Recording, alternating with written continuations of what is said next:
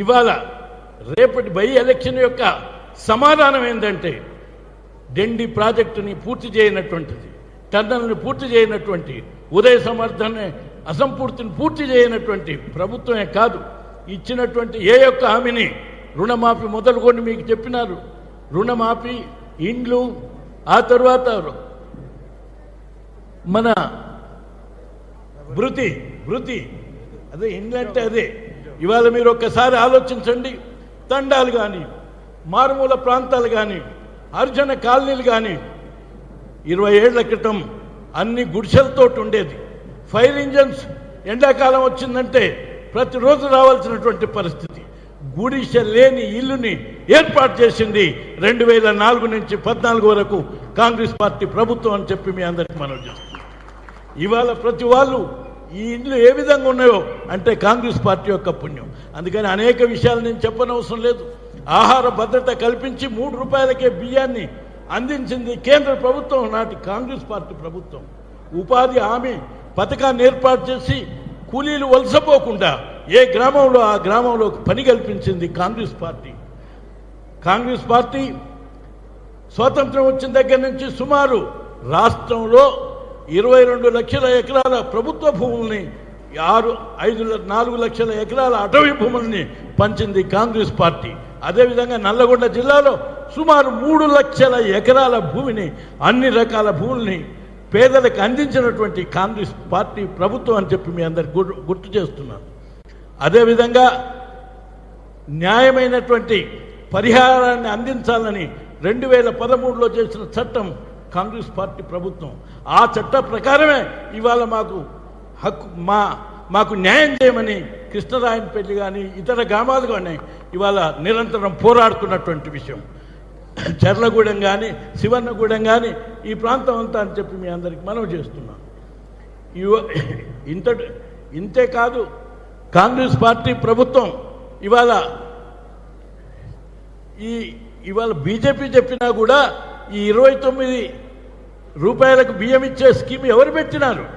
Congress party ప్రభుత్వం హయాంలోనే ఇవాళ 33 రూపాయలు ఉంటే 28, 29 రూపాయలు కేంద్ర ప్రభుత్వం భరించాలి. కేవలం 3 రూపాయలకే బియ్యం అందించాలి. అట్లాగనే ఇతర ధాన్యాలు 2 రూపాయలకే అందించాలి అనేది పెట్టడంతో పాటు ఇక్కడ ఉన్నటువంటి రాష్ట్ర ప్రభుత్వం కాంగ్రెస్ పార్టీ హయాంలో ఆ 3 రూపాయలను కూడా 2 రూపాయలకు తగ్గించి అది రాష్ట్ర ప్రభుత్వమే భరించి 1 రూపాయకే మీ పేదలందరికీ అందించినటువంటిది కాంగ్రెస్ పార్టీ ప్రభుత్వం అని మీ అందరికీ గుర్తుంచుకోండి.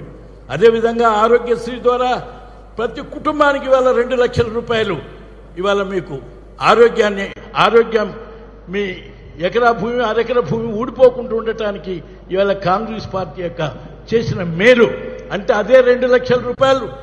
ఇవాళ ఇది నిరంతరం సాగుతున్నదే కాదు. ఇవాళ మీరు ఆ 5,000 కాదు, 5,000 10,000 రైతు బంధు ద్వారా రావటం కాదు, 2 లక్షల రూపాయలు ఈ ఆరోగ్యశ్రీ లేకుంటే ఏటా 10-20 రూపాయలు మీకు ఖర్చు అయ్యేది.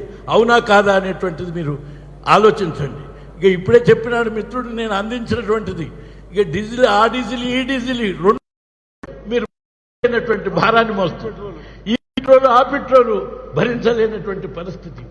అంతేకాదా రుణమాఫీ 152 కోట్లని ఇచ్చినారే, 152 కాదు, సుమారు రేపు డిసెంబర్ నాటికి ఇది 2 లక్షల భారాన్ని, 1 లక్ష తీసుకున్నవాడు 17లో 1 లక్ష తీసుకున్నవాడు 2 లక్షల రుణాన్ని మీరు మొయ్యాలే.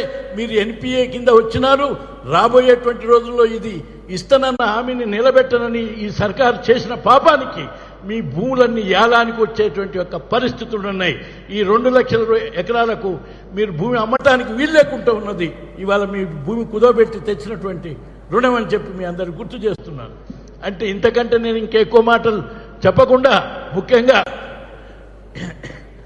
ముఖ్యంగా ఇవాళ 2 లక్షల రుణాన్ని, దేశం రుణం సంగతి వదిలిపెట్టండి, 2 లక్షల రుణాన్ని ఇవాళ 60 లక్షల కుటుంబాలు అన్నారే, 37 లక్షల, సుమారు 35 లక్షలు బాకీ తీసుకున్నటువంటి కుటుంబాలకు మీది రుణభారమై కూర్చున్నది. ఇది అసలు ఇండ్లు కట్టే సంగతి దేవుడెరుగు. కానీ ఈ రుణాన్ని తీర్చాలంటే ఈ విధంగా ఇక ఇచ్చిన హామీలు ఏది నిలబెట్టినాడనేది. ఒకసారి డబల్ బెడ్రూమ్ అన్నారు, తర్వాత 5 లక్షల ఇండ్లు మీరే కట్టుకోండి ఇస్తానన్నాడు. ఇప్పుడు 5 లక్షలు ఇవ్వలేను, 3 లక్షలు. ధరలు పెరుగుతుంటే కిందికి పోయేటువంటి ఒక పరిస్థితిని ఏ విధంగా వాళ్ళ మాటలు వింటున్నారు. అందుకని కొన్ని విషయాలు ఏంటంటే కేవలం ప్రదర్శన చేస్తూ పటాటోపంతో కేవలం అధికారాన్ని ఉపయోగించి నియంతృత్వంగా వ్యవహరిస్తూ మాటలతోటి ఎలక్షన్ వచ్చినప్పుడు మూటలతోటి మిమ్మల్ని భ్రమింపజేసే ఈ టీఆర్ఎస్ పార్టీకి గుణపాఠం చెప్పాల్సినటువంటి అవసరం ఉందనేది మీకు గుర్తు చేస్తున్నాను. ఇక ఈ టీఆర్ఎస్ పార్టీకి తోడుగా అధికారాన్ని గుంజుకోవటానికి ఉవ్విళ్ళూరుతున్నటువంటి ఆ బీజేపీ పార్టీకి కూడా గుణపాఠం చెప్పాల్సినటువంటి అవసరం ఉంది. ఆ విధంగా గతంలో కాంగ్రెస్ పార్టీ చేసిన సామాజిక ఆర్థిక న్యాయమే కాదు, మొత్తం రాష్ట్రానికి దేశానికి అన్ని కులాల మతాల సామరస్యాన్ని కాపాడుతూ ఈ ద్వేషాలకు తావు లేకుండా కులమత రహితంగా ఈ అన్ని కులాల వారికి అభివృద్ధి కావటానికి ఆశించినటువంటి కాంగ్రెస్కు పట్టం కట్టాల్సినటువంటి అవసరం ఉందా లేదా? కానీ మీరందరూ ఆలోచించినారు. 50 సంవత్సరాలు కాంగ్రెస్ పార్టీకి పట్టం కట్టినాం, ఆఖరికి ఏయో రోజు చాలా ఊదుతున్నారు మైకులలో అని చెప్పి మీరు భ్రమపడ్డారు, భ్రాంతిపడ్డారు, ఆశపడ్డారు. ఒక ఆశ తీరలేదు కదా, ఆఖరికి ఆశ తీరలేదని అడగబోతే అనగదొక్కేదానికి ప్రయత్నం చేస్తున్నారు. ఈ పరిస్థితులను గమనించినటువంటి మీరు ఈ ఎన్నికల్లో ఈ ఒక్క సీటు ద్వారా ఈ ప్రభుత్వాన్ని ఏలం ఇవ్వాలా, లేక ఈ ఒక్క సీటు ద్వారా ఆయనకేదో ప్రభుత్వానికి లోటు రాదు, కానీ సీటు పోతే నా ప్రభుత్వం ఊడిపోతుందని ఆయన భయం, ఈ సీటు గెలిస్తే బీజేపీ వస్తుందేమనే ఆయన ఆశ అడియాశలు కావాలి. ఇది నువ్వు చేసినటువంటి దానికి నీకు గుణపాఠం కావాలి. తిరిగి మనం చేసేటువంటి పని కాంగ్రెస్ పార్టీ గతంలో చేసిన దానికే కాదు, ఇక ముందు కాంగ్రెస్ పార్టీ యొక్క అవసరం ఉన్నదని చెప్పడానికే ఈ ఎన్నిక అని చెప్పి మీ అందరికీ మనవి చేస్తున్నాం. అందుకు మీరు ఆశించినటువంటి యొక్క అభ్యర్థులు కానీ లేక వర్గాలు కానీ కులాలు కానీ మిత్రులారా, ప్రజలారా, ఇది విధిగా మీరు వివిధ రకాల విమర్శలకు తావివ్వకుండా లేక వివిధ రకాలుగా పరస్పరం మీరు అనుమానించకుండా కేవలం కాంగ్రెస్ పార్టీని గెలిపించి ఒక్కసారి మునుగోడు నుంచే మళ్ళీ తిరిగి తెలంగాణ రాష్ట్రంలో కాంగ్రెస్ పార్టీని నిలబెట్టిననే ప్రజల యొక్క ప్రతిష్ట, మీ ప్రతిష్టని ఈ రాష్ట్రంలో నిలపండి అని చెప్పి మీకు విజ్ఞప్తి చేస్తున్నాను. అందుకు మేము ఇవాళ వచ్చినటువంటి విషయం ఏంటంటే, మీరు రానున్న ఈ 3 రోజులు 4 రోజులు అనవసరమైనటువంటి విషయాలతోటి అనుమానాలతోటి ఊరికే అభ్యర్థిత్వాలు ఏంటిదని లేకుంటే పైసలు ఏందని పరిస్థితి ఏందని ప్రతిరోజు మీరు ఆ పనిలో ఉండకుండా కాంగ్రెస్ పార్టీని గెలిపించడమే మన ప్రతిష్టకు ముఖ్యమని చెప్పి ఆ పార్టీలో ఉన్నటువంటి నాయకులు ఏ విధంగా ఉండని మొత్తం ప్రజలందరూ కూడా ఏకతోన ఉవ్వెత్తున లేచి కాంగ్రెస్ పార్టీకి బలమిచ్చి మా అందరికీ ప్రోత్సహించండి. మేము ఈ వయస్సులో కూడా ఈ కార్యక్రమాలు నిర్వహిస్తున్నామంటే కేవలం నేనైతే వీళ్ళైతే కాస్త కావాలంటున్నారు కానీ నేను ఇంకా కావాలంటలేను. ఎవరు ఉత్తమ్ కుమార్ రెడ్డి, రేవంత్ రెడ్డి కావాలంటున్నారు, రైట్. అయితే ఇవాళ నాకు ఇచ్చిన పదవులు చాలా ఉన్నాయి, మీరు నాకు ఇచ్చిన గౌరవం చాలా ఉన్నది, మీరు అభిమానించినటువంటి తీరు మరవలేనటువంటిది. కానీ ఇంత ఇచ్చినటువంటి నా ప్రజలకు ఇటువంటి కష్టాలు నష్టాలు వచ్చినప్పుడు నేను ఎమ్మటుండాలి, ఎన్నంటుండాలనేదే నా యొక్క అభిమతం. అందుకు అనుగుణంగా నాకు ఆయాసమైన ప్రయాసం ఉన్న మిమ్మల్ని అందరినీ కదిలించటానికి, చైతన్యపరచటానికి నేను అప్పుడప్పుడు మీ సభల్లో సమావేశాల్లో పాల్గొంటున్నాను. నా ఈ ప్రోత్సాహంతో, నా ఈ విజ్ఞప్తితోటి మీ అన్ని కులాలు అన్ని మతాలతో పాటు ముఖ్యంగా యువకులందరూ కథన రంగం మీదకి వచ్చి ఒకనాటి రైతాంగ పోరాటం ద్వారా భారతదేశాన్నే కదిలించినటువంటి జిల్లా నల్లగొండ జిల్లా అనేటువంటిది మీ అందరికీ తెలుసు. అందుకని భారత ప్రభుత్వాలే కదిలిపోయినటువంటి ఒక పరిస్థితి.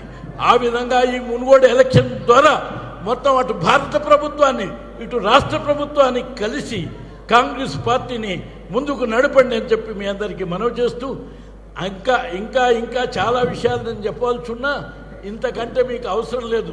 నేను ముందు నేను వస్తానా, మళ్ళీ రానా? రైట్. మీకు ఆపద వచ్చినప్పుడు, నిజంగా అవసరం వచ్చినప్పుడు, మీరు మీ కర్ర కింద వేసినప్పుడు మా కర్ర తీసుకొని ఎప్పుడంటే అప్పుడు రావడానికి సిద్ధంగా ఉన్నా. కానీ ఇన్నాళ్ళు యుద్ధం చేసిన నన్ను పదే పదే యుద్ధం చేయవటం మీకు తగునా అనేటువంటిది మీ అందరికీ మనవి చేస్తున్నాను. మీరు ముందుకు సాగండి, అందుకు అవసరమైనటువంటి అండదండలు అందిస్తాం. మీకు కష్టాలు నష్టాలు ఏర్పడ్డప్పుడు భుజం ఆనించి కార్యకర్తలను ఆదుకుంటాం, ప్రజల్ని అభివృద్ధి పదంలో ముందుకు తీసుకుపోతాం. అందుకు నా ఆయాసాన్ని కొంత తగ్గించమని ఆఖరికి మీకు విజ్ఞప్తి చేస్తూ, జానారెడ్డి పదే పదే రాలేదని కాదు, ఎక్కడ ఉన్నా మీ హృదయాంతరాలలో దూరి మిమ్మల్ని కదిలించే పని జానారెడ్డి చెప్పి మీ అందరికి మనవి కూడా కదిలించే పని చేస్తామని చెప్పి మీ అందరికి నేను హామీ ఇస్తూ సెలవు. హాయ్ ఫ్రెండ్స్, మా టుడే టుమారో యూట్యూబ్ ఛానల్ చూస్తున్నందుకు చాలా థ్యాంక్స్. మరిన్ని లేటెస్ట్ వీడియోస్ కోసం వెంటనే సబ్స్క్రైబ్ చేయండి. అలాగే ఈ బెల్ ని కూడా రింగ్ చేసేయండి. మా నోటిఫికేషన్స్ అన్ని మీ మొబైల్లో వస్తాయి. అలాగే మా వీడియోస్ మీకు నచ్చితే లైక్ చేయండి, షేర్ చేయండి, నచ్చకపోతే కామెంట్ చేయండి.